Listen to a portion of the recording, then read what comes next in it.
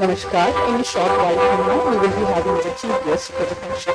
I again request all of you to put your mobile either in switch off mode or in silent mode. Thank you.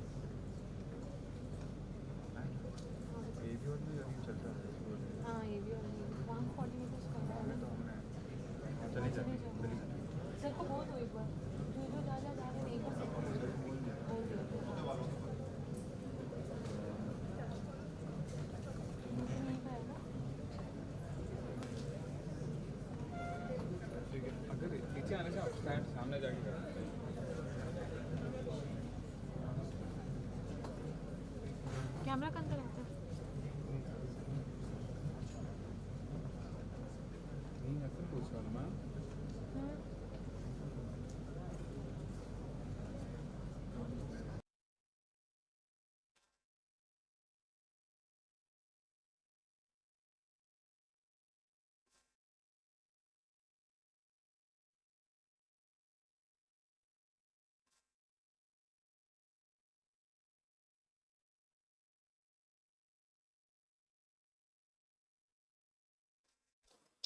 I request all the dignitaries to be seated on the dais, please. Sir.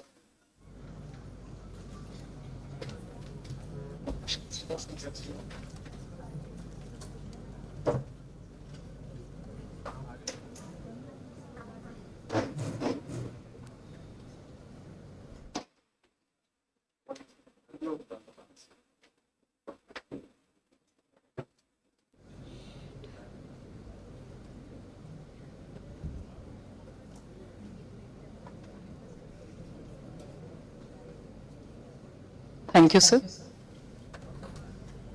नास्ति विद्यासमो बंधुर्नास्ति विद्यासम सुहृतः नास्ति विद्यासम वित्तम नास्ति विद्यासम सुखम। किसी के लिए विद्या के समान बंधु नहीं होता, किसी के लिए विद्या के समान सुहृद नहीं होता, धन के समान विद्या नहीं होती, सुख के समान विद्या नहीं होती। Namaskar. I, on behalf of Dr. B.R. Ambedkar Institute of Technology, heartily welcome our chief guest, Professor K.K. Agrawal, President, South Asian University and former National Board of Accreditation, NBA Chairman, Government of India. Our guest of honor, Dr. Makrand Madhav Gandrekar, Director, NIT Puducherry and Professor, IIT Kharagpur. Our chief patron, Shri L. Kumar, IAS, Secretary, Higher Education, Andaman and Nicobar Administration. Dr. O.M. Paul, Associate Professor, University of Delhi. Distinguished guest, senior officials from various departments of Government of India and Andaman and Nicobar Administration, eminent speakers, fellow researchers, delegates, academicians and engineers from eminent institutions and organizations, students, all media personnel, and all present here in this inaugural session of this International Conference on Computational Intelligence for Security, Communication, and Sustainable Development. It's our immense pleasure and privilege to extend a warm welcome to all of you to this prestigious international conference. We gather here today at a pivotal juncture in human history where the convergence of technology and societal challenges demands innovative solutions. This conference serves as a beacon of hope, illuminating the path towards a secure, connected, and sustainable future through the power of computational intelligence. We are honored to have a distinguished gathering of experts from around the globe whose contributions to the field have been instrumental in shaping its trajectory. Your presence here enriches our intellectual discourse and inspires us to push the boundaries of knowledge. As our tradition, we will do the Shubharambh of our conference by lighting the traditional lamp. I humbly request all the dignitaries on the dais to kindly light the auspicious lamp to inaugurate this event. Please, sir.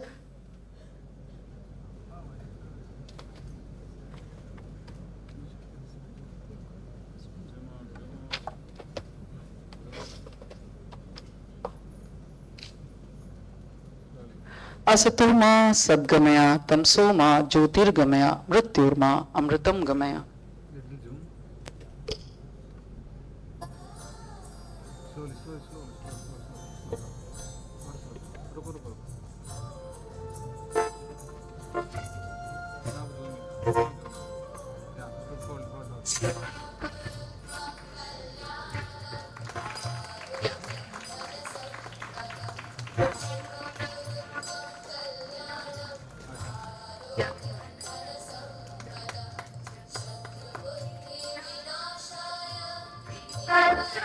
Yeah, hold, hold.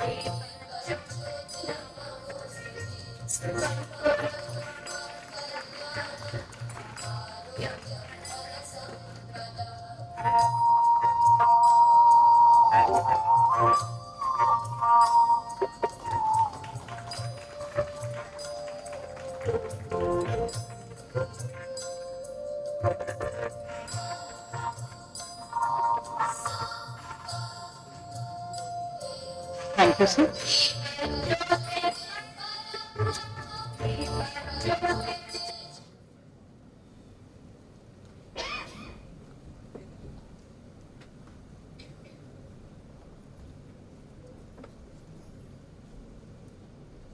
Thank you, sir. Now I request our principal in charge, Dr. Alva Sundaram, to welcome the gathering. Principal in charge, debrief.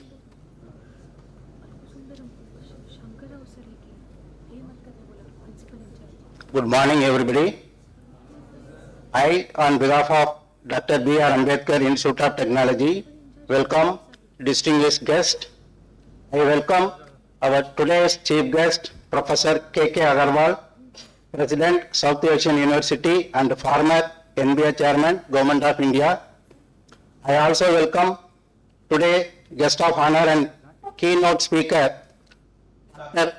Makrand Madhav Gandrekar, Director, NIT Puducherry, and also welcome Chief Patron, Sri L. Kumar, IAS, Secretary, Higher Education, AN Administration, and today keynote speaker, Dr. Kompal, Associate Professor, University of Delhi.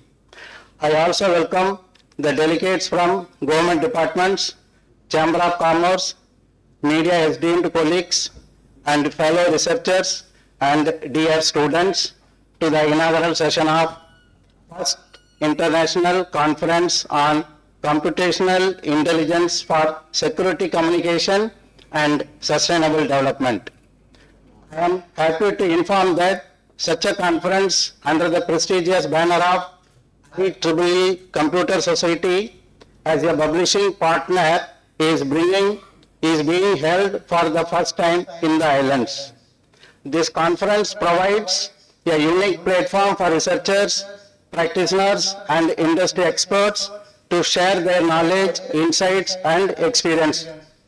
Through engaging discussion, thought-provoking presentations, and collaborative interactions, we aim to foster a vibrant intellectual environment that will inspire groundbreaking research and innovative applications. I extend my sincere gratitude to the organizing committee, the publishing partner, and all the participants for their invaluable contribution to making this conference a reality. I am confident that the next 2 days will be filled with stimulating intellectual exchange and fruitful collaborations.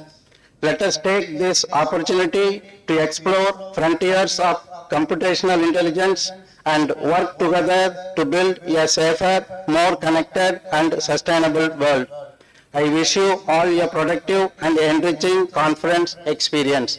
Thank you. Jai Hind.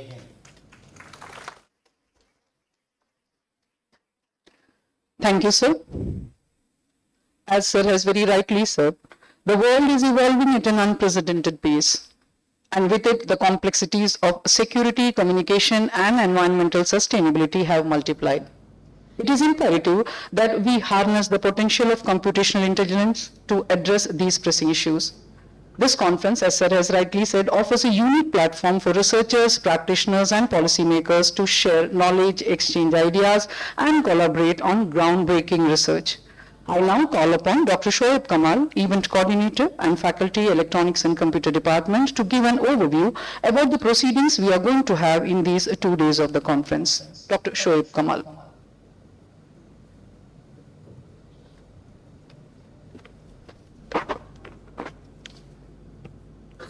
A very good morning to one and all present here.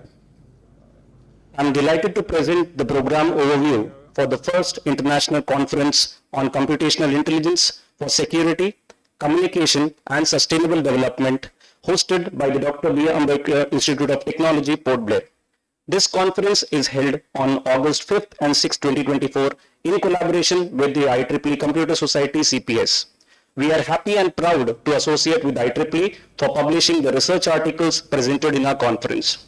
IEEE, as everybody knows, is a trusted source for researchers in academia, industry, and government. By publishing with IEEE, researchers get the global prestige that high-quality research deserves. CISC SD 2024 aims to provide a dynamic platform for exchanging cutting-edge ideas, research insights, and advancements in computational intelligence, security, communication, and sustainable development. The primary goals of the conference are promoting collaboration by uniting thought leaders from industry, academia, government agencies, and research institutions to share knowledge and drive forward the latest technological advancements. It also fosters innovation by creating opportunities for networking that sparks new ideas and innovations in sustainable technologies. It also helps in exploring computational intelligence by showcasing the vast potential of computational intelligence and alternative technologies for enhancing operational efficiency and developing tailored products and services. By addressing topics relevant to this, the conference can directly impact the unique challenges faced by Andaman Nicobar Islands. Discussions will lead to innovative solutions tailored to the region's specific needs, such as enhancing communication infrastructure and developing sustainable practices. The organizing committee consists of program chairs, general chairs, organizing secretary, finance chairs, Publication Chair, Publicity and Public Relations Chairs. In addition, our national and international advisory committees consist of esteemed academicians and researchers from leading institutions and industry. Our goal is to offer a vibrant platform for researchers, engineers, and practitioners worldwide to present their latest work. Hence, we have invited submissions for original research papers in IEEE format covering a range of topics including distributed computing, communication systems, artificial intelligence and utility application service, robotics and IoT, network security and systems, data mining and big data analytics, renewable materials engineering, and resource management technologies. To top it all, this conference features keynote addresses from 3 distinguished professors from top Indian institutions as well as renowned academicians from Creighton University, USA. We have received a total of 232 paper submissions. After a thorough double-blind peer review process, 60 papers were accepted, yielding an acceptance rate of 26%. These accepted papers will be published in 8 technical sessions over the 2-day conference, and these sessions would be chaired by academicians from premier institutions, including institutes of national importance.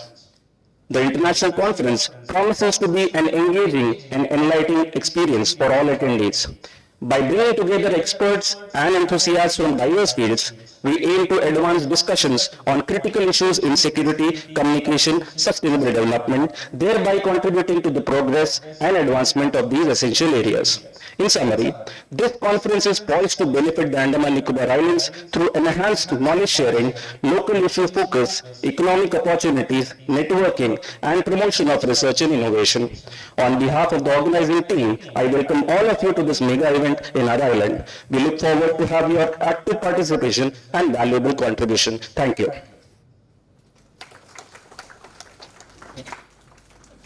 Thank you, Dr. Shoaib. As we delve into the intricacies of computational intelligence, let us remember that our ultimate goal is to create a positive impact on society. By developing robust security systems, enhancing communication networks, and fostering sustainable practice, we can contribute to a better world for generations to come. Now I feel privileged to introduce Dr. Om Pal, Associate Professor in Department of Computer Science, University of Delhi. Dr. Om Pal has immense research experience in the field of cryptography from IIT Bombay and PhD in the field of cybersecurity from Jamia Millia Islamia, New Delhi. Dr. Om Pal has more than 20 years of academic and research experience in various areas of computer science and has worked as scientist at Ministry of Electronics and Information Technology, MIT, Government of India. He has actively contributed in research projects of national interest in various areas including cryptography, cybersecurity, Digital Personal Data Protection Bill 2022, National Strategy on Blockchain, Post-Quantum Cryptography, Quantum Computing Cyber Law, etc. Sir has also worked at Center for Development of Advanced Computing, CDAC, as Senior Technical Officer and as IT Resource Person in NTPC. Now I request Dr. Om Pal to address the gathering. Please, sir.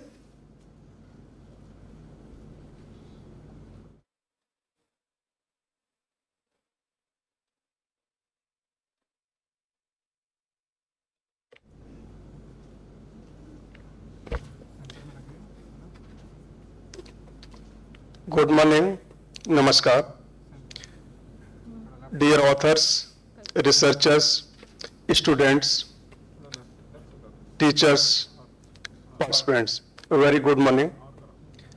First of all, thanks to Dr. B.R. Ambedkar, Institute of Technology for inviting me.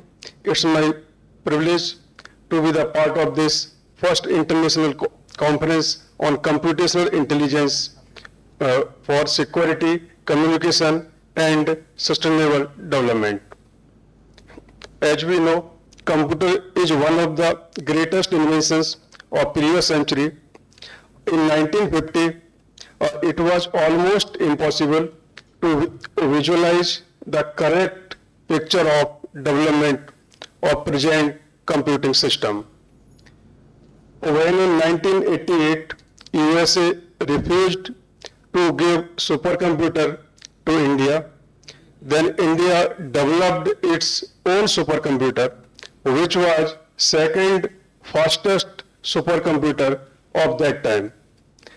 Since then, great developments are happened in the field of high performance computing and compiler construction. If we talk about present emerging technologies, then definitely we will take name of AI, Internet of Things, cloud computing, DNA computing, blockchain, quantum computing, etc. The focus of this conference is to cover artificial intelligence, communication, security, and sustainable development. I am confident that researchers and readers would be greatly benefited with the outcome of this conference. As we see, robots are helping in various industries, including manufacturing, transportation, health industry, in houses, in defense, and in many more segments. Not only in field of digital currency, we are applying blockchain in many areas, such as land records, health sector, security, etc. Quantum computing is one of the most disruptive technology of today's era. There are no boundaries or sky for the research. For getting electricity, we use machinery. To produce electricity, to get light in our houses, we need bulb, wire, copper element, etc. Now question is this, whether it is 100% eco-friendly? Answer is no. If we take example of firefly, then we can say that light produced by firefly is 100% eco-friendly. It means there is a plenty of scope of research in this direction. A seed of a plant has a complete computational model. What will be the average age of plant, height of the plant, shape of the plant? It means a supercomputation model lies inside a little seed. It's more efficient than a present computer. Classical computers are based on classical physics, which includes law of motion, law of gravity, laws of electromagnetics. What if we talk about quantum physics? Then we are talking about the behavior of a single quantum particle. Quantum computers are more powerful than classical computers. Quantum computing is one of the security threats for present public key cryptographic systems. I am sure in future great discoveries would be happen in field of quantum computing and quantum communication. A young generation should come forward. They are capable to exploit the potential of such new technologies for sustainable development and for the benefit of human beings. I hope this conference will provide a great platform for everyone to exchange new ideas, build new connections, roadmaps for future discoveries. With these words, I wish all the best and great success. Thank you. Jai Hind.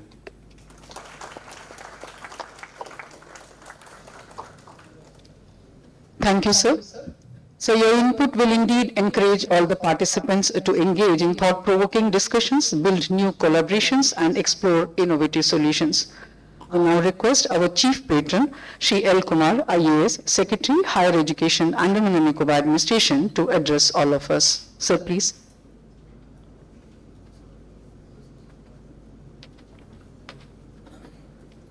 Good morning to all.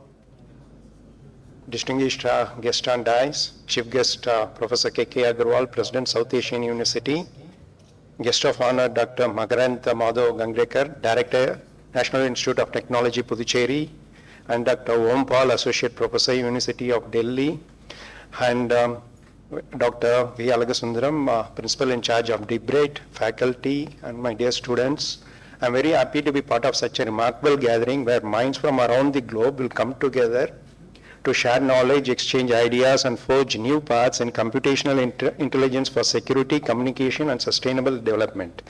More than 50 participants will be attending the conference, including engineers, academicians, and scientists, as well as delegates from local industries and students of higher educational institutions, as well as researchers from around the globe, to discuss advancements and innovations in computational intelligence, particularly in the domain of information security, communication applications, and sustainable development. I'm sure the program is designed to offer all participants and presenters a tapestry of knowledge and insights, featuring keynote addresses from renowned experts and with interactive discussions. I encourage you to take full advantage of these opportunities to network, collaborate, and expand your horizons. All the accepted purpose of the proceedings of the conference will be published in IEEE conference proceeding in IEE Explore indexed in Scopus.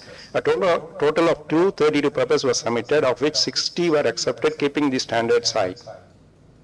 Under the guidance of Professor K.K. Agarwal and Dr. Makrand Madhav Gangrekar, Director NIT Puducherry, which is also the Mentor Institute of Deep Bright, this is just a starting, and we will have many more milestones to achieve. I congratulate the entire team of Dr. B.R. Ambedkar Institute of Technology in association with IEEE CPS for organizing the first international conference on computational intelligence for security communications and sustainable development on 5th and 6th of August 2024 under the prestigious publication banner of IEEE, published in IEEE Explore and indexed in Scopus. Let us embark on this journey together with curiosity and openness, and may our collective efforts lead to meaningful advancements in these advanced fields. Thank you. Thank you so much, sir. Your guidance, motivation, and leadership has helped us to reach our targets, and we will continue to work to reach new heights under your leadership. We are privileged to have our guest of honor, Professor Makrand Madhav Gangrekar, Director of National Institute of Technology, Puducherry, and Professor in Department of Civil Engineering, IIT Kharagpur. Sir is also Fellow INAE, Member European Academy of Sciences and Arts, and Member American Society for Civil Engineering. Sir has been visiting scientists to Ben Gurion University, Israel, and University of Newcastle upon Tyne, UK, under Marie Curie Fellowship by European Union, and had stint as faculty of various capacities in renowned engineering colleges and research institutes. Sir has been working in the field of anaerobic wastewater treatment, bioenergy recovery during wastewater treatment using microbial fuel, cell, and bioelectrochemical systems. Sir is recognized worldwide in scientific community for his research contribution in the development of bioelectrochemical processes, and his research group stands among the top 3 research labs in the world in terms of scientific publications. The first of its kind, MFC-based on-site toilet waste treatment system, bioelectric toilet, developed by Sir, received wide publicity in electronic and print media. Sir has successfully completed multinational collaborative projects with European countries, and few of the projects are ongoing. Sir has also provided design of industrial wastewater and sewage treatment plants in India and abroad. Sir has been working on setting up wastewater treatment plants to produce reusable quality treated water at affordable cost. At present, Sir is coordinating one such project jointly funded by European Union and Department of Science and Technology, Government of India. Now I request Professor Makrand Madhav Gangrekar, Director of NIT Puducherry and Professor in Department of Civil Engineering, IIT Kharagpur, to address us, please, sir.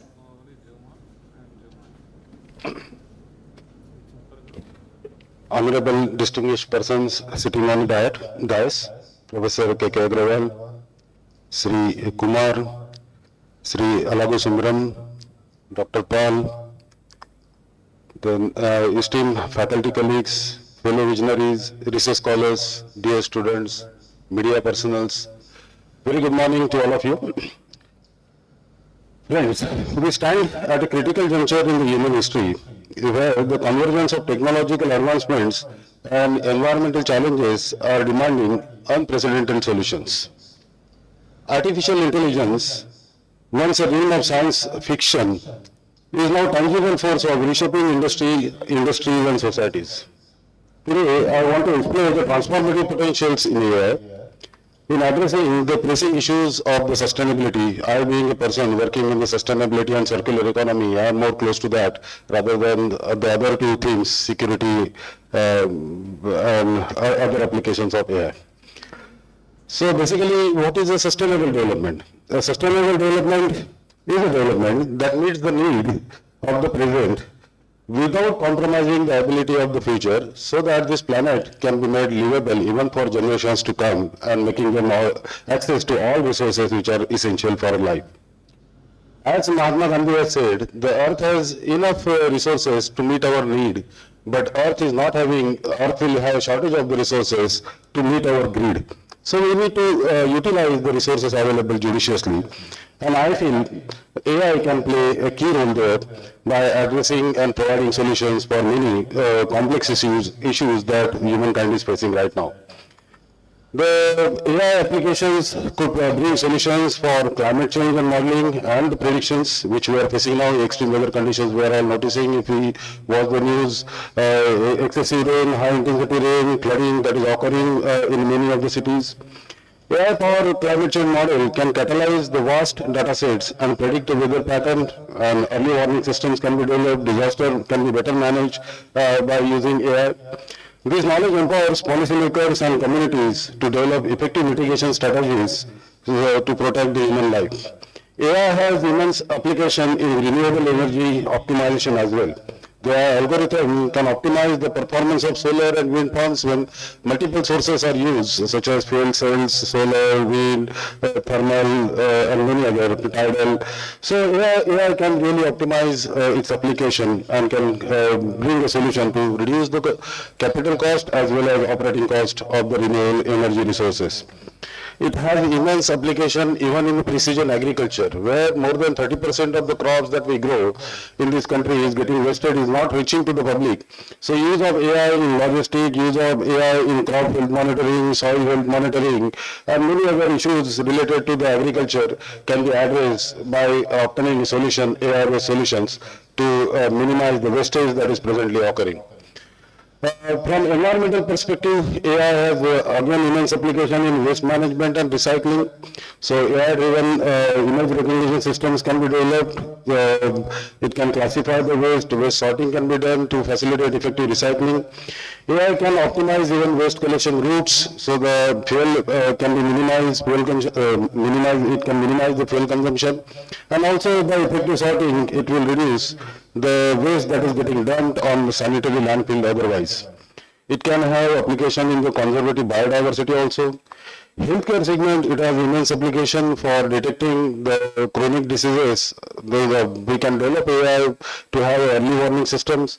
So precision medicines, precision detection, so all those areas that AI has deeper applications and effective solutions can be obtained.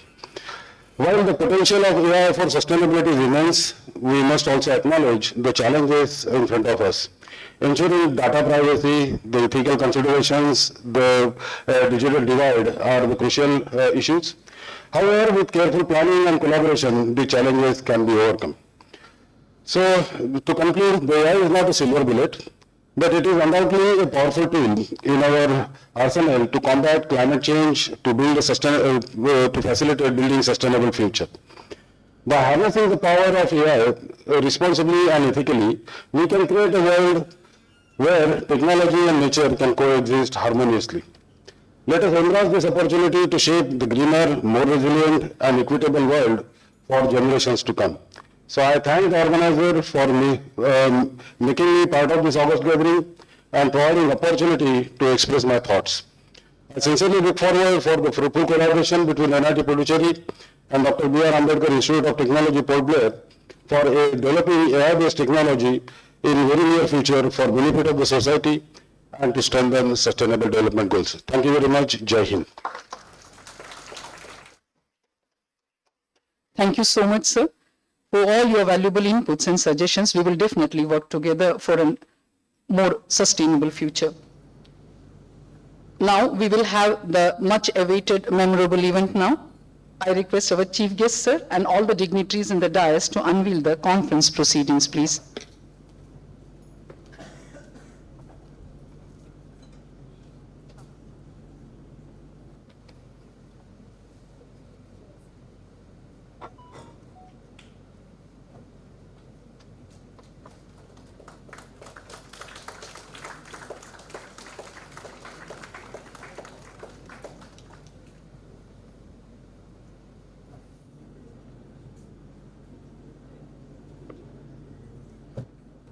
A big round of applause should go for all the researchers who have contributed to this conference. Thank you so much, sir. Congratulations to all the participants.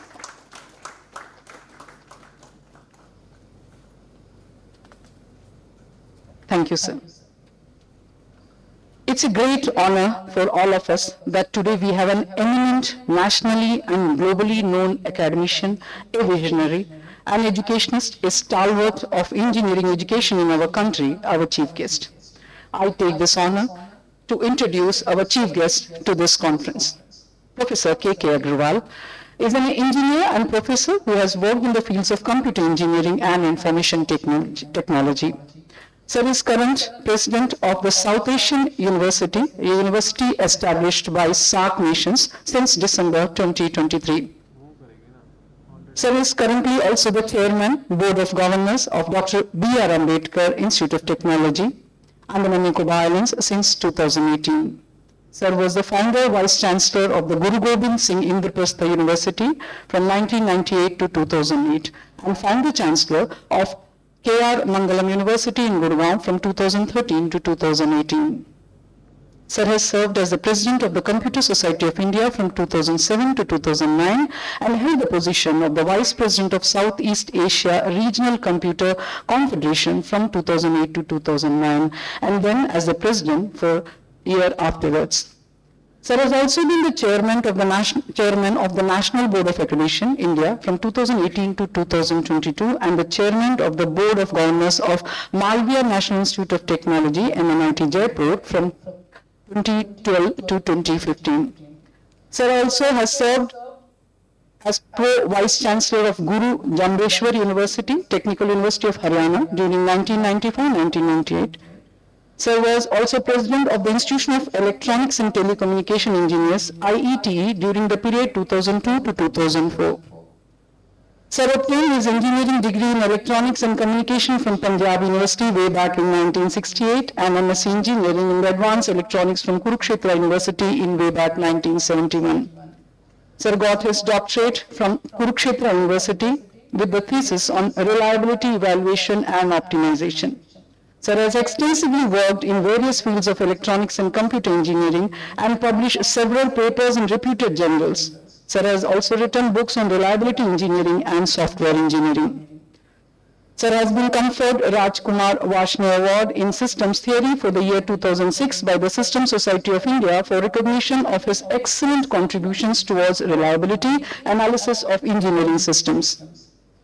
Sir has been conferred the Sir Thomas Ward Memorial Award for his paper entitled Optimizing Handover Performance in Microcellular Systems by the Institution of Engineers. Now I humbly request Sir to address us on this memorable event, our chief guest, Professor K.K. Agrawal.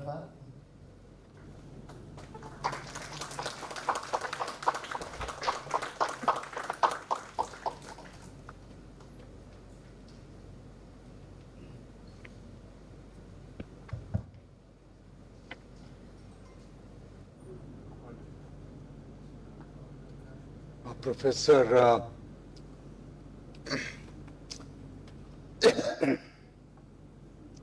Professor Makarand Madhav from Director NIT Pondicherry, Shri L. Kumar, Secretary Higher Education, Andaman Nicobar Administration, Dr. Ompal, keynote speaker of the day, the principal of DBRAI team,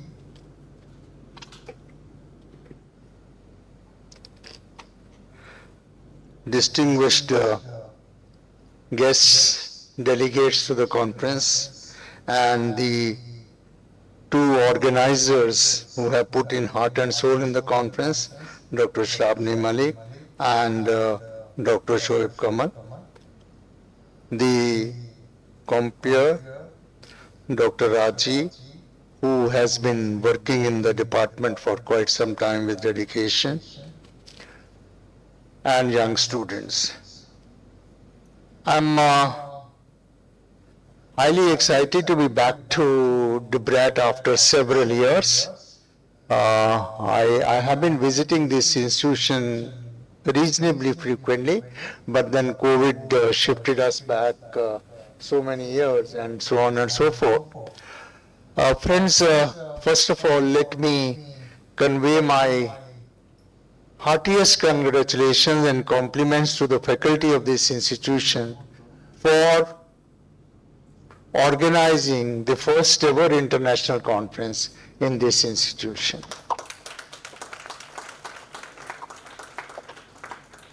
Looking to the institution and the small town of Port Blair and the remote islands, Andaman Nicobar Islands, it's not easy to organize an international conference, and the response they have got, about 250 participants attending this conference offline and online, receiving about 230 plus papers, out of which they accepted about 25-26%, is something remarkable. And as chairman of the board, I put it on record the very strong contributions and dedication and commitment of the faculty of this institution. Friends, DBRAIT as an institution has seen ups and downs. I have heard about this institution when it was a force to reckon with, at least in Andaman Nicobar Islands. There was a time when quite a bit of government depended upon this institution for many facilities, for many tasks to be done.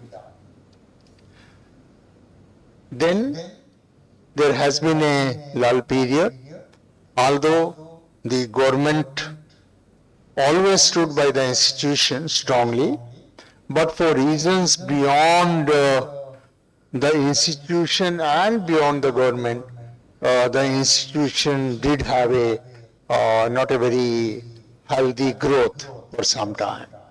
I'm very sure with the latest decision taken by the government of India to establish the university here by taking all the institutions in Port Blair, it will be a very great day in the history not only of this institution but entire town of Port Blair and Andaman Nicobar Islands.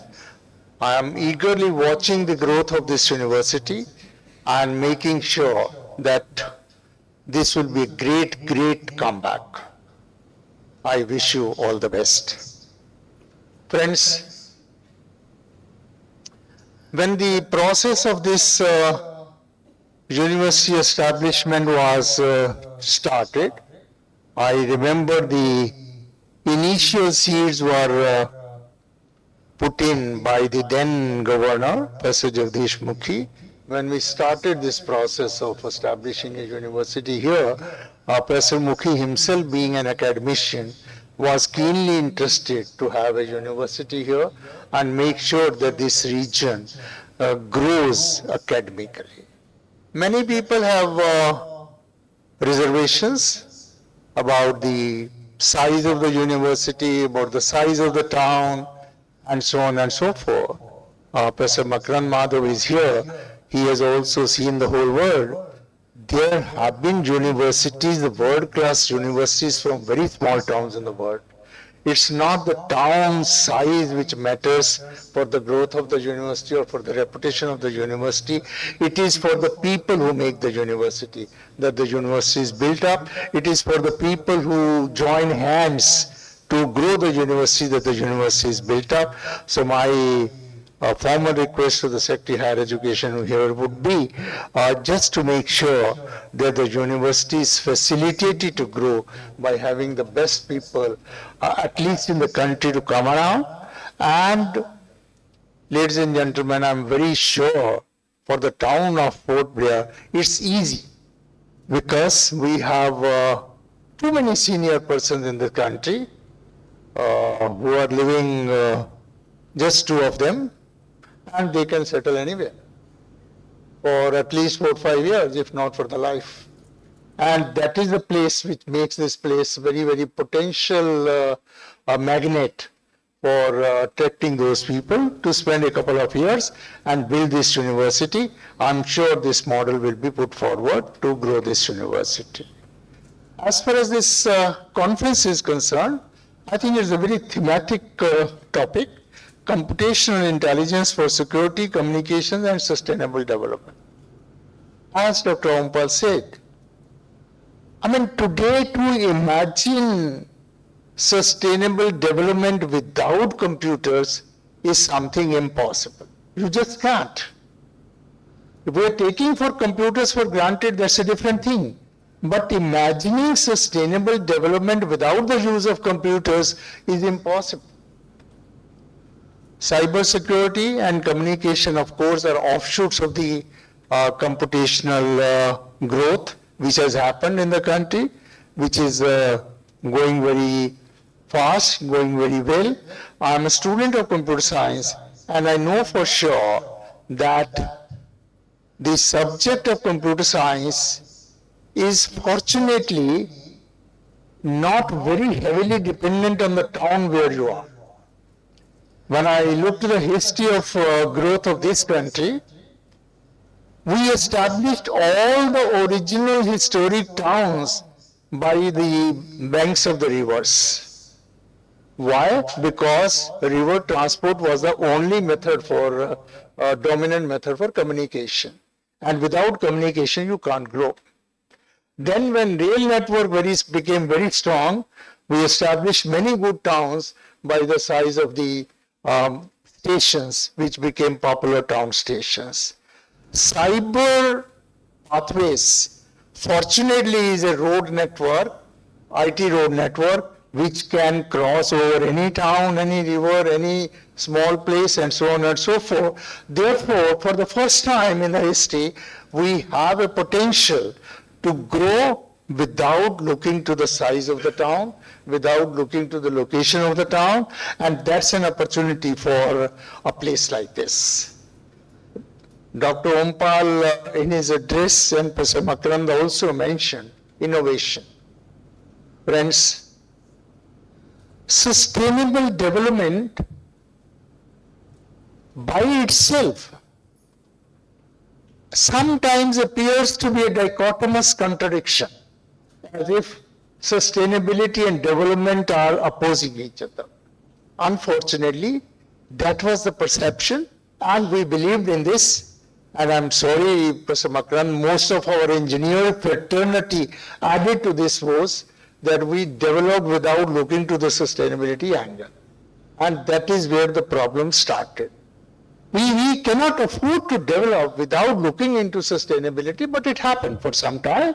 And now, when sustainability has become a word to be recognized, to be acknowledged, we see many activists who believe in sustainability only and will be happy to stop development. Now that also is another end of the spectrum, which will never do good for this country. We have to learn that sustainability and development coexist, can coexist, will coexist, and will take it together. That is the name of the game which we have to play.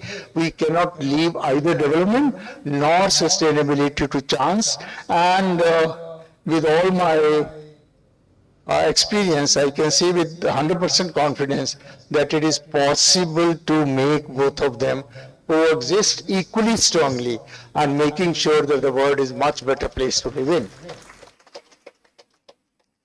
in. In that context, Port Blair will be a very healthy competitor, not only in India, in the whole world, where sustainable development is the need of the hour. We have to develop a lot, and making sure of the sustainability. Otherwise, the Port Blair will lose its positive characteristic by itself.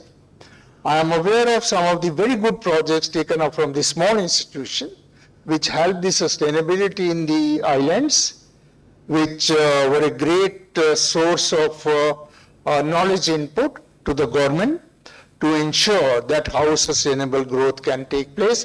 We have to just carry that forward and make sure it happens. Friends, some mention was made about the latest technologies. Artificial intelligence, of course, is something without which today you can't talk about. And I remember I taught artificial intelligence as a course in BTech students about 35, 40 years ago. It's not a new thing. And thereafter, for 30 years, nobody talked about artificial intelligence. People removed it from the curriculum. It was a gone entity. Why? Because artificial intelligence could not prove its worth unless we have very strong data science developed, unless we had Internet of Things which could collect data from almost everywhere.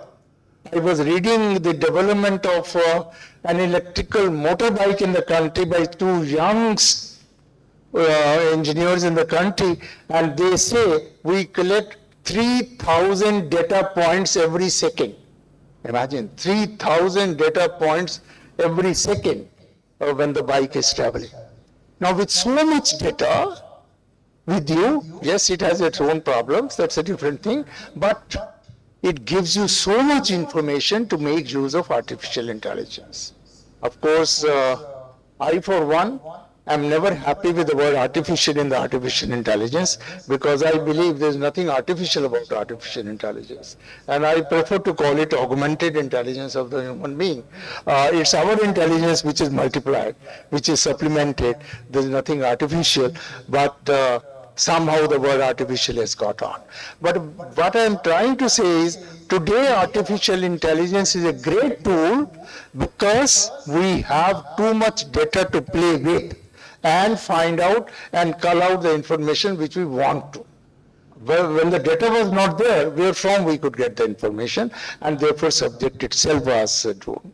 So today you talk about artificial intelligence, Internet of Things, augmented reality, virtual reality, or whatever, cyber security, all these technologies are so much dependent on each other, and therefore I say it's collaboration is a very high used word in our national education policy, but I say as a computer scientist, I learn from these technologies, how much they collaborate with each other. If technologies can collaborate with each other to deliver the results, I think that also should be an example for us to understand that we also have to collaborate with each other to deliver the results. Friends, for the last few months, I have been given the responsibility of managing a university, the only international university which is funded and governed by all the 8 SAR countries together. Imagine if you have to handle 2 governments, you run into problems, and I have to manage 8 governments at a time. And that too, several kinds of countries in the SARC at the moment. But the learning which I have got in these 6 months is how to take out the best from the diversity, how to make sure that the diversity is made use of. Talking about sustainability, I have suggested, why can't we learn the coastal management altogether? India has such a big coastline. Maldives is completely coastal. Sri Lanka is completely coastal. Bangladesh has some coastal line. So why can't we do research in coastal disaster management at one point, putting resources, and everybody takes advantage of it? Landslides. We have landslides in Uttarakhand. We have landslides in Himachal. We have landslides in our ghats in Kerala and Tamil Nadu. Nepal has landslides. Afghanistan has landslides. So why should everybody be spending on doing research work on landslides? Why not add together? And I believe one day we'll be able to do that. And I have already established a center in the university on climate change, green transition, and sustainability. I'm sure that we will be able to contribute to the sustainable development goals. Friends, you have a very great conference ahead. I've looked at the keynote speakers, very eminent people chosen. While I thank all those eminent keynote speakers, I again compliment the organizers for making sure it is done. let me assure you, solutions to sustainability will be found, but let me also caution, they will be found only by innovative solutions. The state line solutions, run-of-the-mill solutions will not work towards sustainability. We will have to go out of box to make sure that the sustainability will be taken care of, and we'll make sure that our engineering students and all other students learn some attributes in addition to their subjects. One attribute which I want all of them to learn is risk-taking is a part of life. You cannot be successful unless you have a habit of risk-taking. And I was addressing 2,000 scientists in Vigyan Bhavan in Delhi, and I said, please raise hands, any parent who made sure that his or her child walks, and also ensuring he never falls. No parent can make the child walk if he guarantees that he never falls. But when it comes to academics, we want to make sure we never fail, and therefore we never progress. We will have to give up this habit. Second thing which I feel is very important is we will have to bring inquisitiveness in the young minds. Ask questions. I was reading an interview of a Nobel laureate, Rabi. In 1943, he got Nobel Prize in Physics. And when media people asked him, sir, whom will you give credit for your Nobel Prize? He said, my mother. Media people asked, is your mother a physicist, sir? Is she a scientist? He says, no, my mother doesn't even know what science means, what physics is. They said, then how do you give credit for the Nobel Prize to your mother? He said, whenever children my age used to come back from the school, all the mothers will ask, what did you learn at the school? Which is common, understandable. My mother would ask you, did you ask a good question from a teacher today? My mother had a habit, every day he will ask me when I come back from the school, did you ask a good question from a teacher today? And that prompted me to find a good question every evening before going to the school next morning, which I could ask the teacher, maybe to impress my colleagues, friends, maybe to impress my mother, impress teachers. But that gave me a habit to find out very good questions. And that made me an excellent researcher, which gave me the Nobel Prize today. Friends, when we find solutions to the problems, knowledge grows, what we call in a linear fashion. Only when we find good questions, knowledge grows in exponential fashion. And therefore, I will, some young students here, I strongly encourage them, have the habit of asking questions. Never feel that you will look foolish to ask questions. Never look bad if you fail. And to the teachers also I'll say, the world is changing so fast, it is quite okay for a teacher not to know something which a student knows. There is nothing to feel bad about it for the teacher, nothing to feel bad about by the student. It's possible. And I always say, unless I make sure that my next generation knows more than me, how will the world grow? Word can only grow when the teachers ensure that the students know more than them, when the students have become higher level than them.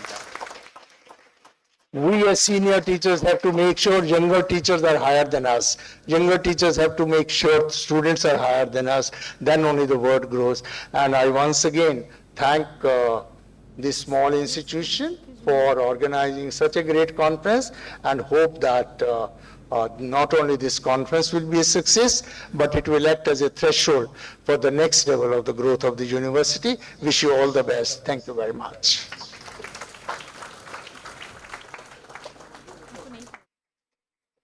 Thank you so much, sir. Your guidance, motivation, encouragement, and visionary ideas have always given us the energy and thoughtfulness to strive for higher goals by taking challenges to provide technical and sustainable solutions for real-time problems in this geographically isolated islands. Now I request our principal in charge, Dr. Algusundram, to present mementos as a token of respect to all the dignitaries at the dais.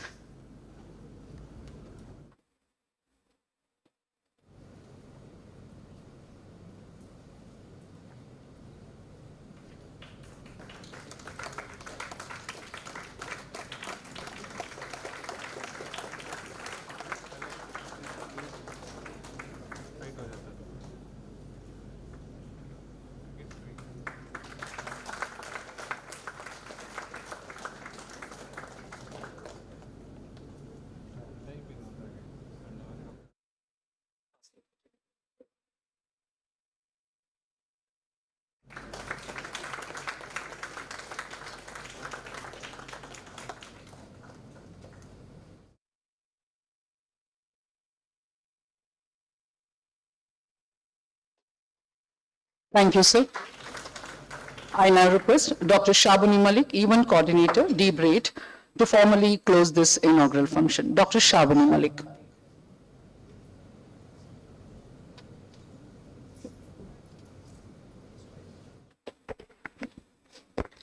Thank you, ma'am. Distinguished guests, esteemed speakers, and dear participants, as we conclude this inaugural session and set the stage for this first international conference on computational intelligence for communication, security, and sustainable development, it's both an honor and a privilege to extend my heartfelt thanks to the dignitaries and the august gathering who have contributed to making this event a resounding success. First and foremost, I, on behalf of Dr. B.R. Ambedkar Institute of Technology, Port Blair, extend a special note of thanks to our chief guest, a global icon, Professor K.K. Agrawal, President, South Asian University and former NBA Chairman, Government of India. We are also blessed to have him as our BOG Chairman, whose support and leadership has been indispensable. Sir, your visionary leadership have been a beacon of inspiration for all of us. Your guidance and support in shaping the direction of this conference and the Institute has been instrumental. Sir, with your hands of blessings, your visions, your expert advices, and your wisdom, we will certainly grow. Thank you so much, sir. Our guest of honor and keynote speaker of the technical session, Dr. Makarand Madhav Ghangrekar, Director, NIT Pondicherry and Professor IIT Kharagpur. Having Professor Ghangrekar is like a dream come true for us. An academician and administrator of his stature, consenting to come on our request only shows his passion towards betterment of higher education in these remote islands. Thank you so much, sir. Your profound insights and extensive experience have enriched our discussions and provided a solid foundation upon which we have built this conference. NIT Pondicherry being our mentor institute under the new deemed to be university, Netaji Subhash Chandra Bose Institute of Higher Learning, we look to your forward-thinking perspectives to push the boundaries of knowledge and explore new possibilities in the field of higher education in these islands. My sincere gratitude to our chief patron, Shri L. Kumar, IAS, Secretary Higher Education, Andaman and Nicobar Administration. Sir, we are deeply grateful for your invaluable presence. Despite your demanding schedule, your presence and guidance is consistently indispensable. Thank you for your continual, invaluable suggestions and hand-holding us, sir. It reinforces and rededicates the BRAID team for taking higher education to new orbits. Thank you so much, sir. My heartfelt thanks to Dr. Om Pal, Associate Professor, University of Delhi, who is also our session keynote speaker. Sir was just a request away in spite of a very, very short notice. Your insightful words has illuminated the forefront of this conference. The analogy drawn from the nature was the highlight of your talk, sir. I felt that since the advancements in the branch of computer science and IT is far and wide inspired by the nature, the ant colony optimization, the swarm intelligence, the neural networks, the object-oriented model are largely inspired by the nature. Thank you so much, sir. Your presence and commitment for this event is truly commendable. I thank the delegates from the government departments, Chamber of Commerce. My sincere thanks to SIO NIC, Secretary, Andaman Chamber of Commerce, practicing engineers of these islands, esteemed media colleagues, fellow researchers, and students. Thank you for enriching this session and inaugural session of this conference. To our distinguished guests and attendees from across the globe, your presence and active participation is the cornerstone of this conference. The exchange of ideas, the vibrant discussions, and the diverse perspectives will certainly contribute to the depth and breadth of our conversations. Thank you for your engagement and enthusiasm. A special note of thanks goes to the organizing committee and the volunteers. Your hard work, meticulous planning, and immense dedication have been crucial in ensuring the smooth execution of this event. Your efforts behind the scenes have not gone unnoticed, and we are sincerely appreciative of your commitment. Lastly, to all the authors who contributed their papers and will be engaging in discussions, Thank you for your invaluable contributions. The knowledge and insights shared here will undoubtedly pave the way for future advancements and sustainable development collaboration in the respective fields. As we set the stage for the conference from here, let us carry forward the spirit of innovation and collaboration. I once again thank you, one and all. Congratulations and best wishes. Thank you. Jai Hind. Thank you, sir.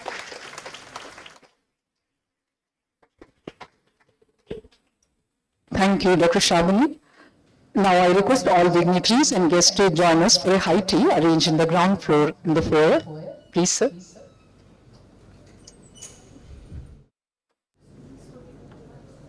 Students may remain seated here.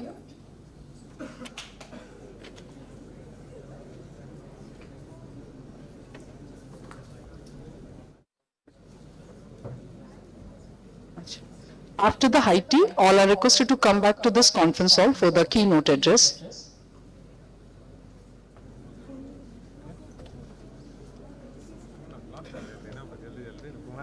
नहीं क्या बोलते हैं हिलेगा ना इसीलिए पर वो थोड़ा ना लेफ्ट ज़्यादा रहता है इसलिए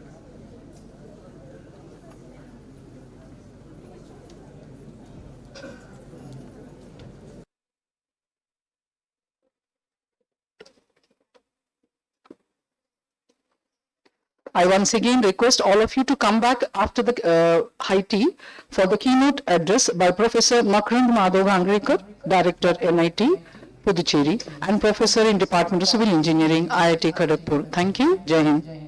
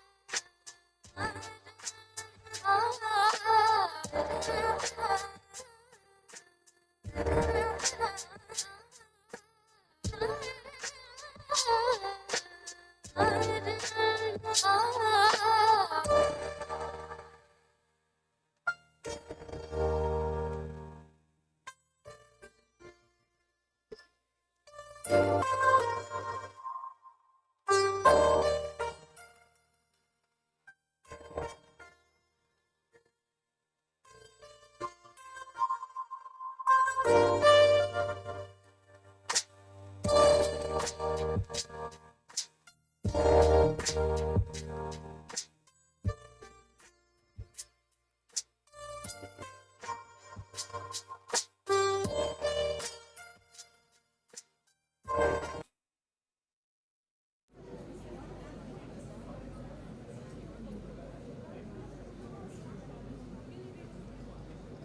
very good morning to all. It is my distinct honor and privilege to welcome you all for today's session. We are gathered here with a shared purpose and a collective curiosity, eager to engage, learn from the keynote talk from our esteemed keynote speaker. So with this, I welcome our chief guest of honor, Kamki's keynote speaker for this session, Professor Matan Madhav Gangrekar, Director of National Institute of Technology, Puducherry, and Professor in Department of Civil Engineering, IIT Kharagpur. He is fellow in INAE, member of European Academy of Science and Arts, and member of ASCE. He had been visiting scientists to Ben Gurion University, Israel, and University of Newcastle upon Tyne, UK, under Marie Curie Fellowship by European Union, and had stint as faculty of various capacities in renowned engineering colleges and research institutes. He had been working in the field of anaerobic wastewater treatment, bioenergy recovery during wastewater treatment using microbial fuel cell and bioelectrochemical systems. He is recognized worldwide in scientific community for his research contribution in the development of bioelectrochemical processes, and his research group stands among the top 3 research labs in the world in terms of scientific publications. The first of its kind MFC, based on on-site toilet waste treatment system, bioelectric toilet, developed by him, received wide publicity in electronic and print media. He has successfully completed multinational collaborative projects in European countries, and few of the projects are still going on. He has also developed design of industrial wastewater and sewage treatment plants in India and abroad. He has been working on setting up wastewater treatment plants to produce reusable, quality treated water at affordable cost. At present, he is coordinating one such project jointly funded by European Union and Department of Science and Technology, GOI. He has guided 30 PhD research scholars and 65 master students project. He has contributed 300 research papers in journal of international repute and contributed 85 book chapters. His research work has been presented in more than 284 conferences in India and abroad. He has written textbook on wastewater to water, published by Springer, and edited 3 books published by Wiley. He has delivered invited lectures in the various reputed universities in the world, to name a few: Newcastle upon Tyne, UK, Bremen, Augsburg, Germany, University of Tartu, Estonia, University of California, Berkeley, USA, Hong Kong University, etc. He has visited several universities in the world from USA, Canada, Europe, and Asia. He has received recognition of his research contribution by getting elected as Fellow INAE Westwick Award 2020. Member ASCE, receiving Swachh Bharat Award 2017, Gandhian Young Technology Innovation Awards, National Design Award, Best Paper Award by IEI, Distinguished Speaker Award by Indian Institute of Chemical Engineering, etc. He had worked as member of IIT Consortium for Regeneration of Water Quality of River Ganga. He has been helping various state governments, Odisha, Chhattisgarh, Jharkhand, and industries for providing wastewater collection and treatment solutions. It is with great honor and enthusiasm that we welcome you, sir, for today's session. So now I request you to please come on the dais and address the gathering. Thank you very much for elaborative introduction. Thanks a lot.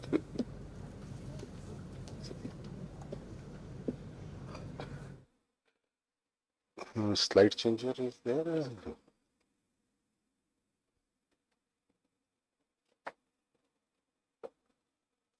Okay, so dear friends, very good morning once again. So at the outset, I admit that I am not a person who has a research experience in AI. I am the user in AI. So whatever that you are hearing, that you will be hearing from a person who is not a core domain, means having expertise in this AI domain. So what is sustainable development?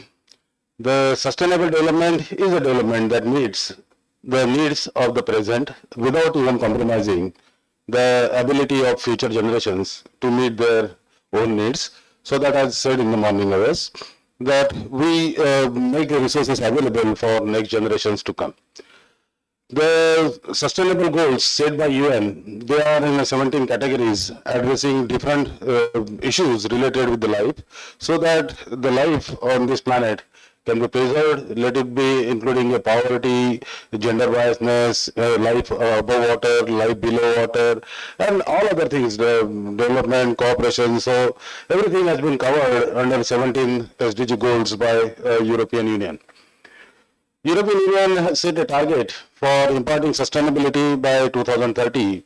So for a people to end the poverty and to hunger in all their forms and dimensions, and to ensure that all human beings can fulfill their potential in dignity and quality and in the healthy environment. So this is for the people. For a planet, the UN is determined to protect the planet from degradation, including sustainable consumption and production, sustainably managing its natural resources, and taking urgent action, particularly the recent threats that we are facing on climate change, so that it can support the need of the present as well as future generation. Similarly, ensuring prosperity of the people, so that will also be addressed. So UN is determined to ensure all human beings can enjoy prosperous and fulfilling lives, and that economic, social, as well as the technological progress is made for the benefit of the society in general. We should have a peaceful life, so determined to foster peaceful, just and inclusive societies which are free from fear and violence. Then partnership, this is possible only by partnering. So each and every country involved should partner and should actively participate in meeting the 2030 Sustainable Goal Agenda. So that will help. Thank you. That will help all countries residing in those on this planet. So the biggest environmental challenges that we are having, which are deterring the sustainability, so few of them, there are many, the list can be more exhaustive, but I am listing the forefront challenges that we are having, such as global warming. So basically we are consuming fossil fuels, more and more CO2 we are releasing into atmosphere, and that is leading to the global warming. And though we said that 2023 was the warmest year, but this year also we are realizing that the temperature is rising much faster. And CO2 level in the atmosphere already crossed 420 ppm, which used to be 280 parts per billion before industrialization. So imagine how much CO2 release that we are causing because of the industrial activity. This is mainly happened because of the poor governance, because the industrialization is mainly driven by the economic attractions, the more profit that the industry would like to earn without caring for their role for imparting sustainability or controlling carbon credit, controlling carbon emissions and managing carbon credits, etc. Food waste, as I said in the morning, 30% of the crop that we grow, cultivate, goes to waste, so that need to be stopped, avoided. Biodiversity loss, many of the species which were there on this planet are getting extinguished, so we need to care for that. Plastic pollution is another threat that we are all facing. I mean, let it be any place on this planet, you will find plastics. Even in the deep ocean, there is a huge deposit of plastics. National Geographic Channel and many other channels are being showing. So that is another threat that we are having. And imagine the kind of manufacturing that we are having. It used to be 2 million in the year 1950. So in 2015, it has gone to nearly 420 million tons of plastic. So after use, it is getting wasted and appearing in the environment in some form. So deforestation is another threat. So it is said that every hour nearly 300 football ground equivalent area of the forest is getting lost, and if this continues by this century, and we'll be left with not even more than 10% of the forest which used to be there. Air pollution in urban area is a great problem. Many of you are aware what is happening in Delhi, particularly in the winter season. The city doesn't remain livable. It is difficult to do respiration openly. Melting of ice caps and rise in sea level, that is another threat, with the average of around 3.2 millimeter of water level rise every year. But if this continues, even we may see 0.75 meter water rise in the sea, and that will sacrifice, compromise with many of the land or landlocked area that we are currently having. So ocean acidification, this is a topic let's talk about, but that is also having the effect on biodiversity, particularly fading of the coral, loss of the coral reef. So these are the issues associated with acidification of the ocean, because the CO2 that we release, more than 30% of it is getting solubilized in the ocean water and eventually leading to acidification of it. Food and water insecurity, so this is another challenge. Soil degradation, the soil also contains organic matter, 5 to 6%. If it is not there, if it is getting depleted, then the yield of the soil will get reduced over the period of time. And all these challenges to solve, the solution lies in AI. What is artificial intelligence to a person non-working in AI? The simple way of defining it is, AI is about creating an intelligent machine that can learn, reason, and solve the problems like humans. It is the science of teaching computers to think and act independently from simple tasks like recognizing the faces, so it could be a very simple task, or the complex tasks like driving a car, so you can have AI for that. AI is rapidly changing how we live, how we work, and with the applications in everything from healthcare to the entertainment sector. So wide range, any domain that you name, AI will have immense application. So what was there and what we are using till now is the artificial, what we can call it as a narrow intelligence, so which is a machine learning approach. So we are training the machines with ANN or several other tools that we are having. What we need to switch over to and we are working on is artificial general intelligence. So this is a stage 2, again machine intelligence it can be called. But what reality we need and we need to march is artificial super intelligence. So stage 3 of the machine consciousness. The machine is conscious like human brain. The machine will be able to take its own decision. That way we have to train the AI.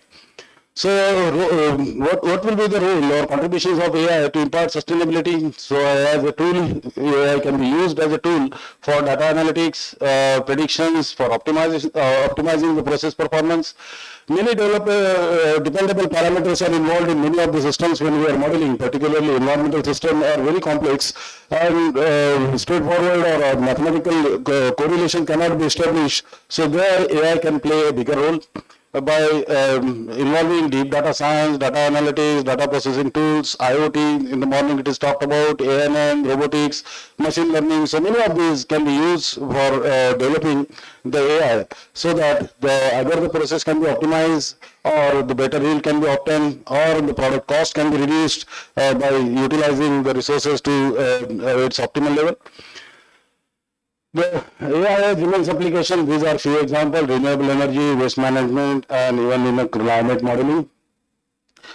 So AI can be used for environmental monitoring, particularly for wildlife tracking. AI can help in monitoring wildlife populations and their habitats. Deforestation mapping, where AI has application.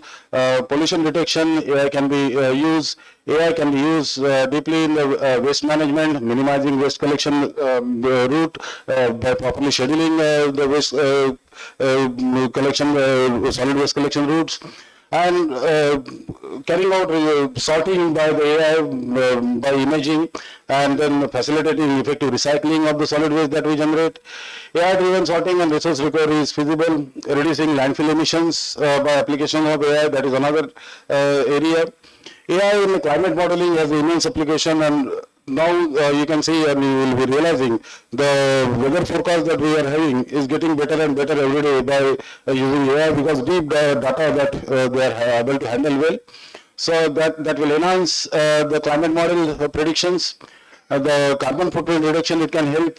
AI can be used by the policymakers for recommending the strategies, and can be used for even the disaster management by developing a system which can have capability to have early detection. AI can also be explored for environmental system control, optimizing process performance, such as the performance of the water treatment plant, sewage treatment plant, performance of the industrial effluent treatment plant, air pollution control devices. AI can be used for leak detection in the water distribution system so that the non-revenue losses can be minimized. AI can also be used for designing the sewerage network so that even the leakages there can be detected to avoid groundwater pollution. AI can be used for early warning system for detecting performance failures of the treatment plant.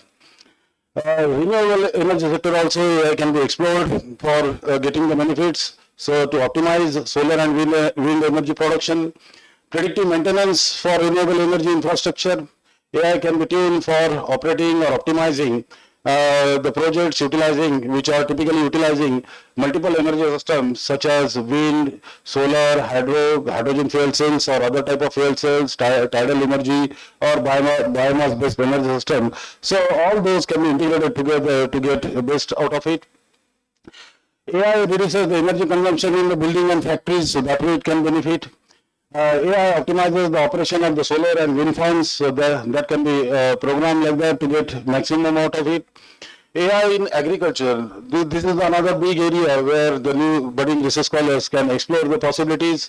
So precision farming is the area what is coming up so that the fertilizer application, water application, insecticide application, precise doses can be applied as and when it is required so that we are not wasting the resources or unnecessary burdening the soil. Drought prediction and water resources management can be best managed by the AI with the irrigation database, whatever last 100 years we have. So we can come out with the solution for soil health monitoring, satellite imaging can be explored, soil moisture control can precisely regulate the irrigation frequencies and schedule. Pest control and disease detection can be done. Warning systems for managing cropping events, so that way the AI can be tuned. The AI can be used for yield predictions, so AI can predict the crop yield, helping the farmers to plan better cropping patterns and rotations. So for crop monitoring management, the AI, the drone or satellite imagery can be used. Machine learning analysis, the programs can be developed. The precision implementation strategies can be adopted. So to enhance overall accuracy and predictions, so that optimum operation of irrigation agriculture can be managed. So the precision agriculture and automation, we can develop the definitions and principle of precision agriculture, where the AI can play a bigger role in automating the farming activities which are involved. I'm just skipping some of the slides in the want of time to save time. So again, the urban flooding is another subject where we are facing a lot of revenue loss because of the urban city remain flooded. It's leading to the life loss as well as commercial activity stops, and also lead to the damage to the infrastructure. So the economic loss can be avoided by early prediction system developed by using AI. Displacement of the community it leads when the flooding occurs. Infrastructure damage it leads to the mitigation. AI can help us to develop the mitigation challenges if we properly tune AI, and that can minimize the health which is associated with the long duration flooding of any given area. So machine learning algorithms can be developed, data integration can be done with the multiple sources to predict the accurately early any such occurrence of extreme events. So the smart drainage system can be designed by automated flood barriers. It can have the overflow regulators can be controlled using AI so that the city area cannot get flooded.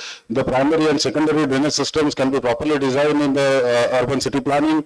So that way the AI can be explored for minimizing the risk of floods which can be there, which can be faced in any urban area. So it will facilitate us real-time monitoring by using sensors and IoT-based device. So real-time data collection and processing is feasible. Dynamic risk assessment can be employed. Automated emergency alert can be obtained so that the resources allocation and optimization can be properly carried out. So AI also has application in urban traffic management. Many of the urban areas are heavily crowded, our metro cities, let it be Chennai, Bangalore, Delhi, and Mumbai, and Hyderabad, and many more. So AI can use in properly regulating the traffic management by optimizing the signaling time. AI can give solutions for that. The lane management, the vehicular traffic type of vehicle classification management can be done so that the lanes can be assigned for a particular type of vehicles to optimize the available space of the lane. So this way the real-time traffic control and management is possible, which will lead to the reduction in traffic congestion with the adaptive signal control strategies that will help in controlling those. So AI for real-time monitoring of the traffic can be explored. Predictive analytics for traffic management can be done. So immense application of AI in the civil engineering domain or traffic engineering are there. Efficient public, so that the efficient public transport system can be made available for the users.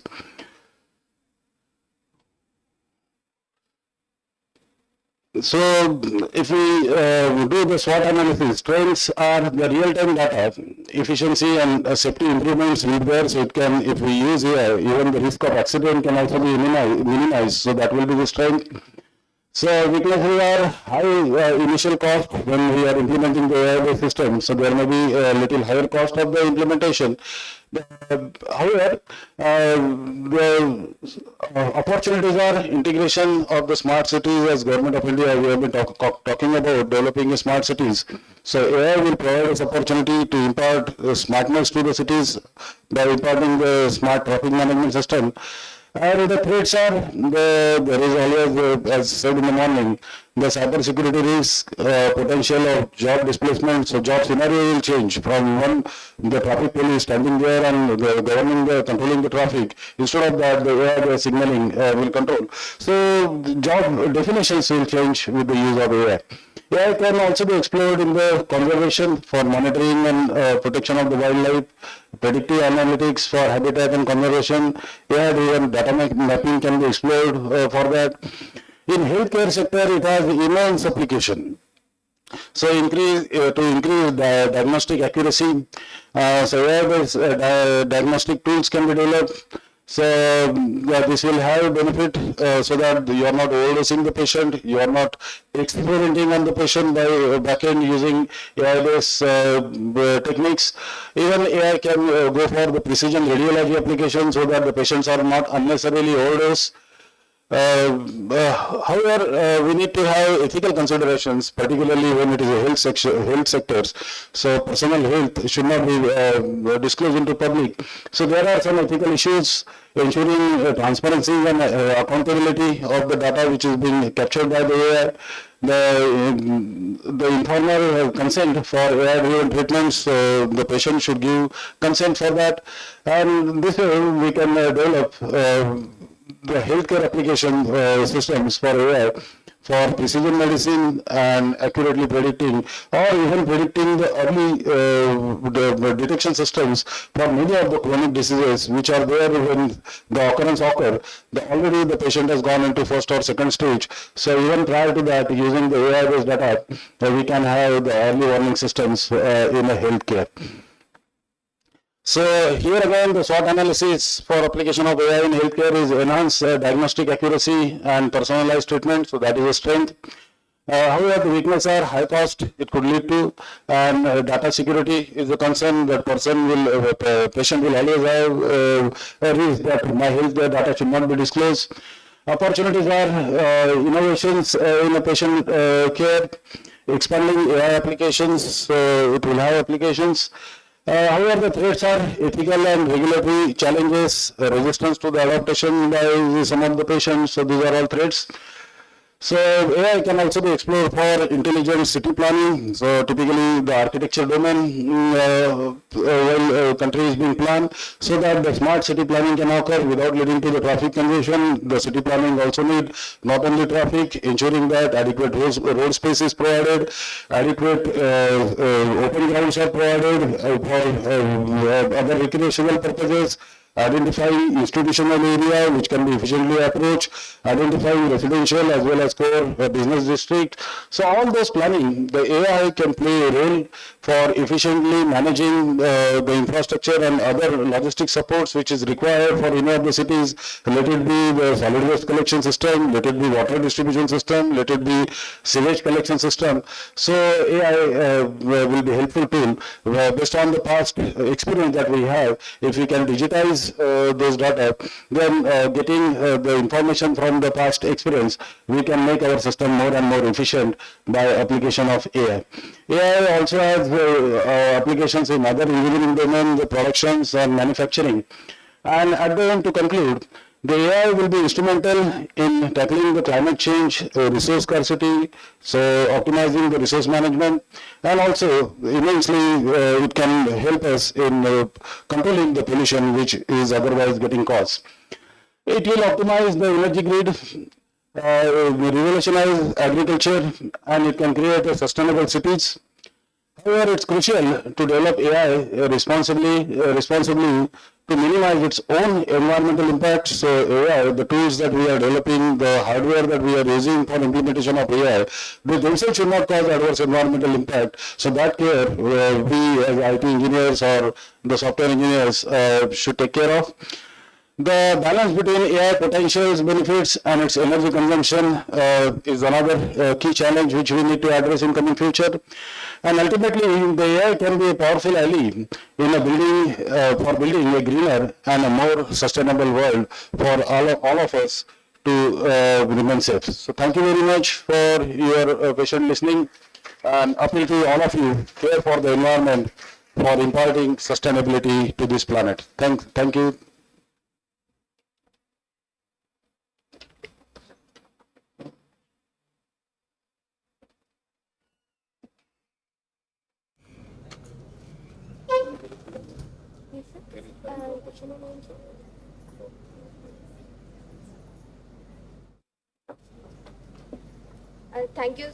Thank you so much, sir. I would like to extend a heartfelt gratitude for delivering such an enlightening keynote address on artificial intelligence and its applications. Your insights and expertise have provided our attendees with a deeper understanding of the current trends and future possibilities in AI. So once again, thank you so much, sir, for your invaluable work and commitment for making a difference to the world. And your efforts are greatly appreciated and admired all over the globe. Thank you, sir. So now I request all the students to move to the venue specified at the back of your ID card. So for the technical presentation session,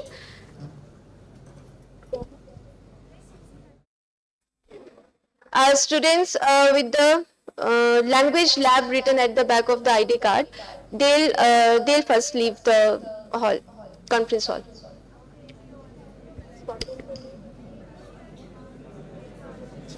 You will be escorted by the volunteers. So the students with the language lab at the back of the ID card, please.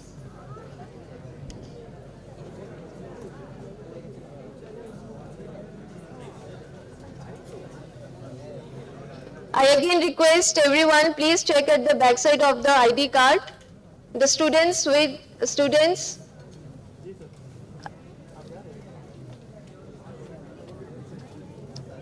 The language lab students only will disperse from the conference hall. And I request volunteers to please escort the students.